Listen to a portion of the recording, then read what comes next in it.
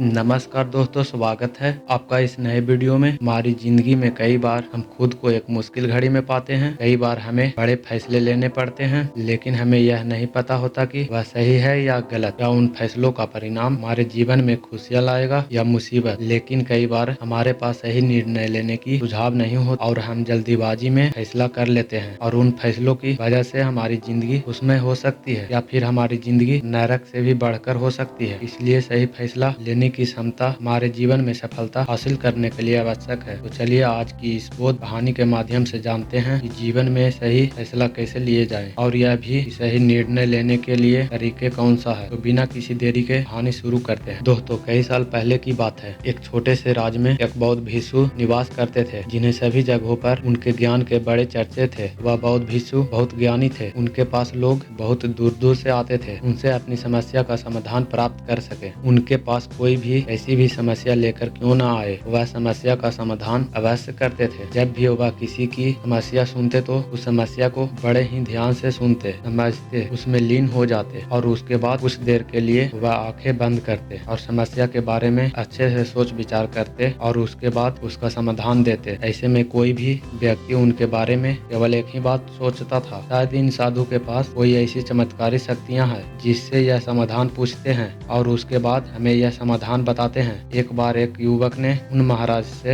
यह पूछा भी, क्या आपके पास कोई चमत्कारी शक्तियां हैं जिसके कारण आप हमारी समस्या को समाधान करते हैं, या आपके पास ऐसी कोई दिव्य दृष्टि है जिससे आप हमारी समस्याओं का समाधान खोज पाते हैं। उस युवक की यह बात सुनकर वह साधु जोर जोर से हंसने लगे, लेकिन उन्होंने उस युवक की बात का कोई जवाब नहीं दिया। उसके कुछ ही दिनों बाद उस राज्य में एक बड़ी अजीब सी घटना घटी। उस राज्य में एक बुढ़िया औरत रहा करती थी। उसका कोई न था। उस राज्य से होकर 4 मित्र अपने घर की ओर जा रहे थे। वे लोग दूसरे नगर में काम करके पैसा इकट्ठा करके अपने गांव की ओर जा रहे थे। यह बात बहुत पुराने जमाने की है, जब यातायात के साधन न हुआ करते थे, इसलिए वे लोग पैदल ही यात्रा किया करते थे। इसी कारण वे चारों मित्र अपने अपने धन को इकट्ठा करके अपने गाँव की ओर प्रस्थान कर रहे थे। उन चारों ने अपना अपना धन एक छोटी सी पोटल में रख दिया था। उसी पोटली में उन सब की सारी कमाई थी। तभी उन चारों मित्रों में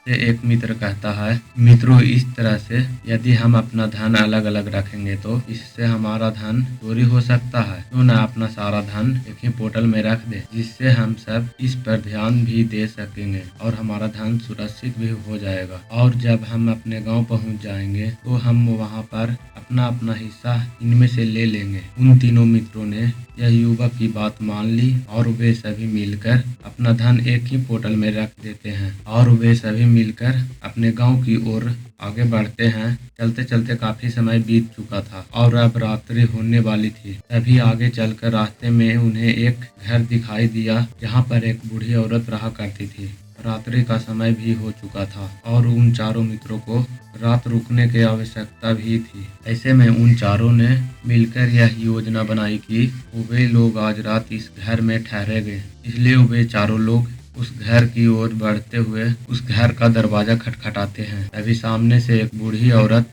दरवाजा खोलती है और उन चारों मित्रों में से एक मित्र हाथ जोड़कर उस बूढ़ी औरत से कहता है, माताजी, हम अपने गांव की ओर जा रहे थे, लेकिन यहाँ रास्ते में ही रात हो गई और हम इतनी रात में सफ़र नहीं कर सकते हैं। इसलिए हमारी आपसे विनती है कि हम आपके यहाँ पर एक रात रुकना चाहते हैं। सुबह होते ही हम यहाँ से चले जाएंगे। उस बूढ़ी औरत ने काफ़ी देर तक सोच विचार किया और उसके बाद बूढ़ी औरत कहती है, ठीक है, तुम सभी आज रात के लिए यहाँ पर रुक सकते हो, मुझे कोई दिक्कत नहीं है। मैं खाना बनाने जा रही हूँ और तुम लोगों के लिए भी बना दूँ। उन चारों ने सहमति जताते हुए कहा, हाँ बिल्कुल। उसके बाद उन चारों मित्रों ने धन की पोटली उस बूढ़ी औरत को थमा दिया और कहा, माताजी, इस पोटली में हमारे साल भर की कमाई है। हम चारों ने अब तक का अपना सारा कमाया हुआ धन इस पोटली में रखा है और अब हम इसे आपको सौंपते हैं, क्योंकि यह हम चारों से ज्यादा आपके पास सुरक्षित होगा। हम बस इतना चाहते हैं कि यदि हम चारों में से कोई एक व्यक्ति से लेने आए तो आप इस पोटली को उसे मत देना जब तक कि हम चारों एक साथ इस पोटली को लेने ना आ जाए। तभी वह बूढ़ी औरत कहती है, ठीक है बेटा, यदि तुम चारों एक साथ आओगे तभी मैं इस पोटली को, और वैसे भी आप लोग तो सुबह यहाँ से चले जाने वाले हैं, आपको सुबह ही यह पोटली थमा दूंगी। वह धन की पोटली उस बूढ़ी औरत को थमा कर चारों मित्र निश्चिंत हो जाते हैं कि अब उनका धन सुरक्षित है और वे लोग खाना खाकर सो जाते हैं। अगली सुबह जब वह चारों उठते हैं तो सभी लोग अपनी आगे की यात्रा के लिए तैयारियां शुरू कर देते हैं। उन चारों नौजवान में से एक नौजवान थोड़ा सा बदमाश था। वह अपने उन तीनों मित्रों से कहता है, भाइयों, इस बूढ़ी औरत ने हमारी रात भर खातिरदारी की है, हमें अच्छा भोजन खिलाया, सोने के लिए अच्छी जगह दी, रात भर यहाँ सैर सुपाने के लिए एक अच्छा मकान दिया, और हमने अब तक उसके लिए कुछ नहीं किया। वह बूढ़ी औरत अकेले ही खेतों में काम कर रही है। क्या हम सभी यहाँ से जाने से पहले उस बूढ़ी औरत की मदद नहीं कर सकते? उस बदमाश नौजवान ने मन ही मन यह योजना बना ली थी। वह किसी तरह से भी उस बुढ़िया से पोटली हासिल करके ही रहेगा। बाकी के तीनों मित्र उसकी बातों में आ जाते हैं और वे सभी मिलकर उस बुढ़िया की मदद करने अर्थात खेतों में काम करने के लिए चल पड़ते हैं। वे सभी मिलकर खेतों का काम कर ही रहे थे, तभी वह बदमाश नौजवान अपने बाकी तीनों मित्रों से कहता है, मित्र, मुझे जोड़ों की प्यास लग गई है, मैं जरा उस बूढ़ी औरत से पानी मांग कर लाता हूँ। वह बाकी मित्र भी काफी थक चुके थे, उन्हें भी जोरों की प्यास लग गई थी, इसलिए वह तीनों मित्र उसे वहां से जाने की अनुमति दे देते हैं। जैसे ही वह बदमाश उस बूढ़ी औरत के पास पहुंचता है, वह उस बूढ़ी औरत से कहता है, माताजी, अब हम यहाँ से जा रहे हैं, कृपया करके हमारे धन की पोटली हमें वापस दे दें। इस पर वह बूढ़ी औरत कहती है, नहीं नहीं, जब तक तुम चारों एक साथ न हो तब तक मैं वह पोटली किसी को नहीं दे सकती। तुम्ही ने तो कहा था कि जब तक हम चारों एक साथ न हो तब तक यह पोटली किसी को नहीं देनी है। तभी वह बदमाश उन तीनों की तरह इशारा करते हुए कहता है, लाओ। उन तीनों ने सोचा कि हमारा मित्र हमारे लिए पानी लाना चाहता है, इसलिए वह हमसे आज्ञा मांग रहा है। तभी उन तीनों मित्रों ने इशारे में उस युवक से कहा, हाँ हाँ ठीक है, ले आओ। यह देख उस बूढ़ी औरत को यह लगने लगा कि अब यह चारों यहाँ से जा रहे हैं और यह अपनी पोटली मांग रहे हैं, इसलिए उस बूढ़ी औरत ने वह कोट लाकर उस बदमाश के हाथों में रख दी और वह बदमाश उस पोटली को लेकर वहाँ से चला गया। और बाकी के तीनों मित्र अपने खेत के काम में व्यस्त हो जाते हैं। कुछ देर के बाद जब वह तीनों खेत का काम करके वापस लौटते हैं और बुढ़िया से कहते हैं, माताजी, हमारा मित्र जो यहाँ पानी पीने आया था वह कहाँ गया? इस पर वह बुढ़िया कहती है, क्या वह पानी पीने आया था? पर वह तो कह रहा था कि हम चारों यहाँ से जा रहे हैं, कृपया करके हमारा धन की पोटली हमें थमा दे। तब तीनों बड़े आश्चर्य होकर उस बुढ़िया से कहते हैं, माताजी, हमने भला कब कहा? वह पोटली मांगी थी, हमें तो प्यास लगी थी और हमने पानी के लिए इशारा किया था। तभी बूढ़ी औरत उन तीनों से कहती है, परंतु अब तो वह पोटली लेकर जा चुका है। तभी वह तीनों मित्र सर पकड़कर रोने लगते हैं और कहते हैं, माताजी, उसमें हमारा सारा कमाया हुआ धन था जो वह अकेले लेकर भाग चुका है। हमने तो आपको कहा था कि जब तक हम चारों एक साथ न आए तब तक आपको वह पोटली किसी को नहीं देनी है। फिर आपने ऐसा क्यों किया? इसमें आप ही की गलती है। हमने आपको उस पोटली की हिफाजत के लिए रखा था और आपने उसे एक ऐसे आदमी के हाथों में दे दिया जिसने हमारा सारा धन हमसे लूट लिया। हम बर्दाश्त नहीं करेंगे, हम राजा के पास जाएंगे और राजा से आपकी शिकायत करेंगे, न्याय की मांग करेंगे। अब तो इस बात का राजा ही फैसला करेंगे। तीनों नौजवान क्रोधित होकर राज दरबार में पहुंच जाते हैं और अपनी सारी समस्या उन राजा को बता देता है। जब राजा उन तीनों नौजवान की बात ध्यान पूर्वक सुनता है तो वह तुरंत ही उस बुढ़िया को राज दरबार में पेश होने का आदेश देता है। राजा के आदेश पर राजा के सैनिक तुरंत ही उस बूढ़ी औरत को राज दरबार में पेश करते हैं और राजा भरी दरबार उस बूढ़ी औरत को दोषी करार कर देता है और कहता है, तुमने वह पोटली उस अकेले व्यक्ति को नहीं देनी चाहिए, जब उन्होंने तुमसे कहा था कि जब तक वह चारों एक साथ उस पोटली को लेने न आए तब तक तुम्हें वह धन किसी को नहीं देना चाहिए था। इसमें तुम्हारी गलती है। और अब तुम्हें इसका हर्जाना भरना होगा, तुम्हें इसका धन लौटाना होगा। राजा का यह आदेश सुनकर बूढ़ी औरत फुट फुट कर रोने लगती है और राजा से मदद की गुहार लगाती है और कहती है, हे राजन, मैं तो एक बूढ़ी औरत हूँ और मेरे पास इतना धन नहीं है और ना ही मेरे घर में कोई ऐसा है जो धन कमाता हो। मेरे पास इतना धन नहीं कि मैं इनका धन लौटा सकूं। मैं तो अकेली हूँ, बेसहारा हूँ, कृपा करके मुझ पर रहम करें। लेकिन जरा उस बूढ़ी औरत की एक नहीं सुनता है। वह बूढ़ी औरत रोते हुए अपने घर की ओर जा रही थी। यह सोच रही थी कि आखिर मैं इतना धन कहाँ से लाऊं, कि कैसे मैं उन लोगों का यह धन उन्हें लौटाऊंगी। मेरे पास इतना धन नहीं है, मैं क्या करूं, कैसे करूं, कहां से लाऊं। उनका धन नहीं लौटाया तो मुझे राजा मार डालेगा। वैसे भी मेरी ही गलती है जब उन चारों ने मिलकर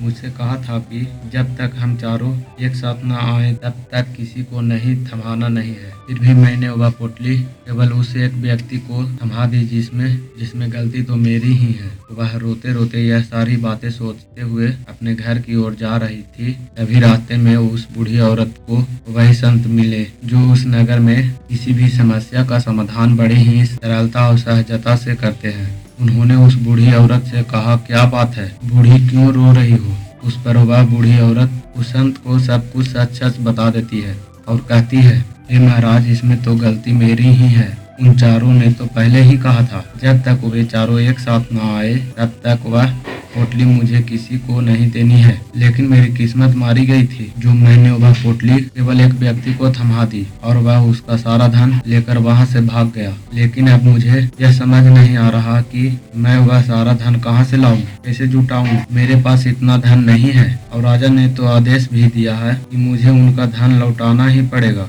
लेकिन मैं यह समझ नहीं पा रही कि इतना सारा धन कहां से लाऊंगी। तभी वह संत उस बूढ़ी औरत से कहते हैं, शांत हो जाओ, मैं कोई न कोई रास्ता जरूर निकाल लूंगा। इतना कहकर वह संत वहीं पर बैठ जाते हैं, ध्यान करने लगते हैं। कुछ देर के लिए आंखें बंद कर सोचते हैं, विचार करते हैं। मौन रहकर वह समस्या का समाधान निकालते हैं और उसके बाद वह उस बूढ़ी औरत से कहते हैं, बेटी, राजा ने किया है वह बिल्कुल गलत है। आपने जो किया इसमें आपकी कोई गलती नहीं है। राजा का फैसला गलत है। उन संत के इतना कहने पर बूढ़ी औरत चुप हो गई और यह सोचने लगी कि आखिर राजा का फैसला कैसे गलत हो सकता है। राजा तो सभी के लिए न्याय ही करते हैं और वह कभी किसी का बुरा नहीं करते हैं। फिर आखिर आज राजा का फैसला गलत कैसे हो गया। और संत और उस बूढ़ी औरत की बात आसपास के खड़े लोग सभी लोग सुन रहे थे और वे लोग भी बड़े अचरज में थे, क्योंकि राजा का फैसला कैसे गलत हो सकता है। राजा ने तो बिल्कुल सही फैसला लिया है।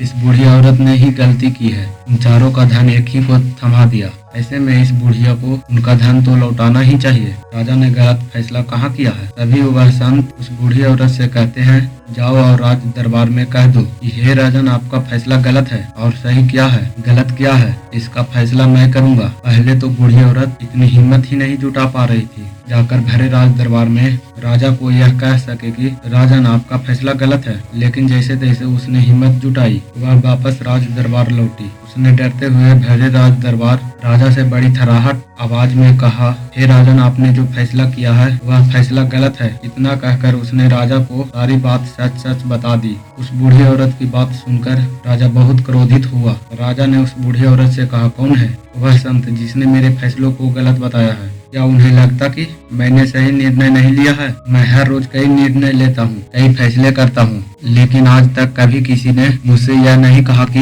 मेरा फैसला गलत है। यदि उन संत ने मुझे सही फैसला न सुनाया, उन्हें फांसी का सजा दे दूंगा। यह बात पूरे नगर में फैल गई। सभी लोग जानने के लिए हैरान थे कि आखिर वह साधु ऐसा कौन सा फैसला सुनाने वाले हैं जो राजा से भी उचित होगा, उसमें सबके लिए न्याय होगा। राजा ने सैनिकों को तुरंत ही आदेश दिया कि जाओ और संत को राज दरबार में लाओ। राजा की आज्ञा के अनुसार वे सैनिक तुरंत ही उस संत को लेने के लिए निकल पड़े। हुए लोग कुछ ही देर के बाद उन संत को लेकर राज दरबार पहुँचे। राज दरबार में सभी लोग उपस्थित थे, उन संत का फैसला का इंतजार कर रहे थे। उन संत को देखकर राजा कहता है, महाराज, आपको ऐसा क्यों लगता है कि हमने जो फैसला किया है वह गलत है। इस बुढ़िया ने यह वादा किया था कि वह चारों लोगों को एक साथ ही पोटली जमाएगी, फिर आखिर उसने अपना वादा क्यों तोड़ा। इसने यह गलती क्यों की। इसने केवल एक ही को पोटली थमा दी और वह उनका सारा धन लेकर यहाँ से भाग गया। तो क्या इसमें इसकी गलती नहीं है। क्या इससे इनका धन नहीं लौटाना चाहिए। इस पर वह साधु बड़ी विनम्रता से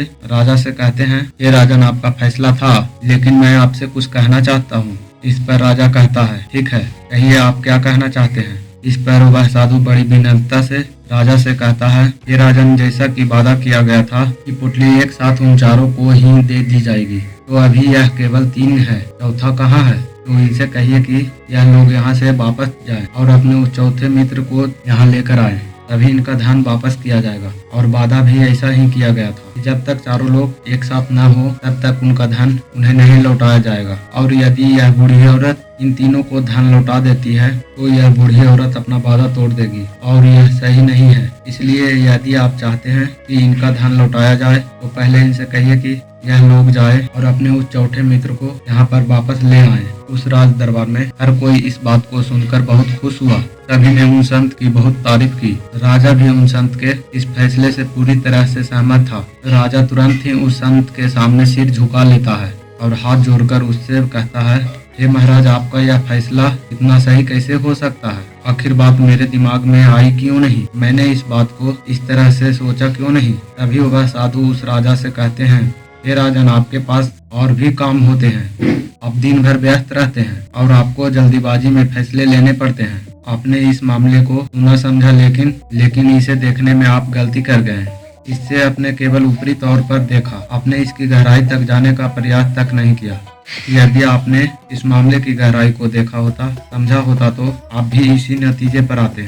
जब तक हम किसी मामले की गहराई तक नहीं जाते तब तक हम उसका सही समाधान नहीं निकाल सकते। लेकिन हम में से अधिकांश लोग तो अपने फैसले को केवल जल्दीबाजी में लेना चाहते हैं, भले ही वह मामला कितना ही गंभीर क्यों न हो। हमें तो बस अपना हम चाहिए, हमारा नाम होना चाहिए, आगे चलकर हमारे लिए नुकसानदायी क्यों न हो। हम तो उस मामले की गहराई तक जाने के लिए सोचते तक नहीं। तभी वह राजा उन संत से कहता है, हे राजन, क्या आपके पास कोई दृढ़ शक्तियाँ हैं? क्या आपके पास कोई ऐसी चमत्कारी शक्ति है जिससे आप सवाल करते हैं और बदले में वह आपको जवाब देती है, जिस कारण सटीक और सही समाधान बता पाते हैं। राजा की यह बात सुनकर बसंत मुस्कुराने लगे और राजा से कहते हैं, लेकिन आप इस राज के राजा हैं, इसलिए मैं आपको यह प्रश्न का उत्तर देता हूँ। आप में से कई लोगों को यहाँ ऐसा लगता है कि मेरे पास कोई ऐसी शक्तियाँ हैं जिससे मैं बात कर सकता हूँ, जिससे मैं कोई भी समस्या का समाधान पा सकता हूँ। लेकिन मैं आप लोगों को एक बात सच सच बता देता हूँ, मेरे पास ऐसी कोई शक्तियाँ नहीं है। मैं तो केवल हर मामले की गहराई तक सोचता हूँ, उस बात पर विचार करता हूँ, और जब मैं विचार करता हूँ तो मेरे सामने कई सारे समाधान आते हैं, और जो समाधान मेरे सामने आते हैं मैं उन पर भी विचार करता हूँ, उसके बारे में भी गहराई तक जाता हूँ। और जब मुझे लगता है कि इस समस्या का समाधान यही होना चाहिए, तभी मैं समाधान उस व्यक्ति को देता हूँ ताकि वह अपनी समस्या का समाधान कर सके। अब आप ही सोचिए, आप जल्दीबाजी में यह फैसला लेकर इस बूढ़ी औरत का जीवन पूरी तरह से बर्बाद कर देते हैं। हमारा पूरा जीवन केवल एक ही फैसले पर निर्भर करता है। वह फैसला सही हुआ तो हमारा जीवन अच्छा बन जाएगा, और यदि वह फैसला गलत निकला तो हमारा जीवन नर्क से भी बदतर हो सकता है। यदि आप सही और सटीक फैसला लेना चाहते हैं तो आपको मौन रहना सीखना पड़ेगा। मौन रहकर उस पर विचार करना सीखना होगा, क्योंकि हमारे फैसले ही हमारा भविष्य तय करते हैं, हमारी जिंदगी का अगला पड़ाव तय करते हैं। फिर चाहे वह फैसला छोटे हो या बड़े, वो वे ही हमारे जिंदगी को निर्धारित करते हैं। इसलिए सबसे पहले हमें सही फैसला लेने के लिए मौन रहना सीखना आवश्यक है, उन पर विचार करना आवश्यक है। और जब हम ऐसा करते हैं तो आपके सामने एक ही समस्या के कई सारे समाधान निकल कर आते हैं, और जब तक आप उन पर गौर करेंगे तो आपको यह समझ में आएगा कि उन फैसलों का समाधान कैसा होना चाहिए। इस समाधान से आपको क्या फायदा होगा और क्या नुकसान होगा, या उस समाधान पर सोच और विचार करने पर ही आप उसे समझ सकते हैं, और तभी आप यह निर्णय भी ले सकते हैं कि क्या यह समाधान उचित रहेगा। और यह संभव हो सकता है यदि हम कम बोलना शुरू करें, अब पूरी तरह से मौन हो जाए। इसका अर्थ यह है कि और जब आप भीतर से शांत होने लगते हैं तो आपका मन स्पष्ट होने लगता है, और आप किसी भी चीज पर सोच विचार कर सकते हैं। आप किसी भी चीज पर सोच विचार कर सकते हैं। और जब आप भीतर से शांत होने लगते हैं तो आप ऊपर से भी कम बोलते हैं। और जब आप धीरे धीरे कम बोलने की आदी हो जाते हैं तो आप साफ और स्पष्ट तौर पर सोच और समझ पाते हैं। आपके विचारों में शुद्धता आ जाती है, जिससे आपको यह साफ और स्पष्ट देखने को मिल जाता है यह कौन सा फैसला सही होगा और कौन सा फैसला गलत होगा। होगा आपको उन परिस्थिति में क्या करना चाहिए और क्या नहीं करना चाहिए। अपने आप को ऊंचा साबित करने के लिए अधिक बोलते हैं कि हर कोई उनकी बातों को गंभीरता से नहीं लेता। उन्हें ऐसा लगता है कि मानो ज्यादा बोलना ही हमारे लिए हमारा शस्त्र है, लेकिन वह यह भूल जाते हैं कि वह अत्यधिक बोलकर मूर्ख बन रहे हैं। लोग हमारा मजाक बनाते हैं, हमें मूर्ख समझते हैं, हमसे दूर रहने लगते हैं क्योंकि उन्हें हमारी बकबक अच्छी नहीं लगती। लेकिन जब आप भीतर से शांत होने का प्रयास करते हैं और धीरे धीरे भीतर से शांत होने लगते हैं तो आप खुद ब खुद ऊपरी तौर पर कम बोलना शुरू कर देते हैं। इससे आपका मन में एक साफ और स्पष्ट विचार उत्पन्न होते हैं और अपने आप को साफ स्पष्ट तौर पर समझ पाते हैं, देख पाते हैं आपको कब क्या क्यों कितना बोलना चाहिए और आपको कब कैसे क्यों किस तरह से कौन सा फैसला लेना सही है या नहीं, यह भी आप अच्छी तरह से समझ और जान पाते हैं। जब आप कम बोलना शुरू कर पाते हैं तब अपने आप को बहुत अच्छी तरह से समझना शुरू कर देते हैं, अपने आप पर अच्छी तरह से विचार करना शुरू कर देते हैं। तब आपको यह बात भी बहुत अच्छी तरह से समझ में आने लगती है कि जो हम बेकार की बकबक करते हैं उस पर हमारे शरीर की बेवजह कितनी सारी ऊर्जा यूं ही व्यर्थ हो जाती है, नष्ट हो जाती है, जिसे हम चाहते तो किसी जरूरी काम में लगा सकते हैं, फैसले लेने में लगा सकते हैं, जिससे हम तनाव मुक्त रह सकते हैं और हमें अच्छी नींद भी आ सकती है। और यदि आप इसी प्रकार सोच विचार कर फैसला लेना शुरू करते हैं तो आपको मस्तिष्क भी अच्छी तरह से काम करने लगता है और आपका मस्तिष्क पहले से भी ज्यादा शक्तिशाली हो जाता है। और इसका एक बहुत अच्छा उदाहरण भी आपको मैं बताना चाहूँगा। जब आप स्कूल में पढ़ते थे या फिर आज भी पढ़ रहे हो तो आपने देखा होगा कि जो बच्चे होनहार होते हैं, होशियार होते हैं, तो वे लोग बहुत कम बात करते हैं और अपना समय सही चीजों में लगाते हैं। अधिकांश अपना समय मौन होकर ही बिताते हैं। इसी वजह से वह पढ़ाई करने में बहुत तेज होते हैं। वह जो कुछ भी पढ़ना चाहते हैं तो वह उसे याद कर ले जाते हैं। लेकिन वहीं पर दूसरी तरफ जो लोग बहुत अधिक बोलते हैं, यदि आप उन्हें पूरे 24 घंटे भी दे दें तो भी वह उस तरह से उन चीजों को याद नहीं कर सकते जिस तरह से मौन रहने वाले बच्चे उन बातों को याद कर लेते हैं। और महान कनक ने भी यही कहा है कि जो व्यक्ति यह समझ जाता है कि उसे कब, कहां और कितना बोलना चाहिए, उस व्यक्ति को सफल होने से कोई नहीं रोक सकता है। और अपना इतिहास उठाकर देख सकते हैं, आज तक जो भी लोग महान हैं, जो लोग भी सक्सेसफुल बने हैं, उन लोगों की आदत बहुत कम बोलने की है। उनका पूरा ध्यान केवल अपने लक्ष्य पर होता है और अपना पूरा समय वह अपने लक्ष्य को पाने में ही लगा देते हैं। इसलिए आपको भी यह आदत अपने जीवन में उतारनी चाहिए। और कम बोलने का अर्थ यह नहीं कि आप ऊपर से कम बोले, बिल्कुल आप भीतर से भी कम बोलनी है, भीतर से शांत रहिए। यदि आप रोज इसका अभ्यास करते हैं तो केवल कुछ दिनों में ही इसमें होने वाले लाभ आपको सामने नजर आने लगेंगे। दोस्तों, आपने आज के इस वीडियो से क्या सीखा वह मुझे आप कमेंट में बता सकते हैं। कि आपको आज की वीडियो पसंद आई होगी तो इस वीडियो को उस इंसान को शेयर करें जिसे यह कहानी सुनने की जरूरत है और उसी के ठीक बाद चैनल को सब्सक्राइब करें। तो चलिए फिर मिलते हैं ऐसी एक और नई वीडियो में एक नए मैसेज के साथ। तब तक के लिए अपना ख्याल रखें। धन्यवाद और नमो बुद्धाय।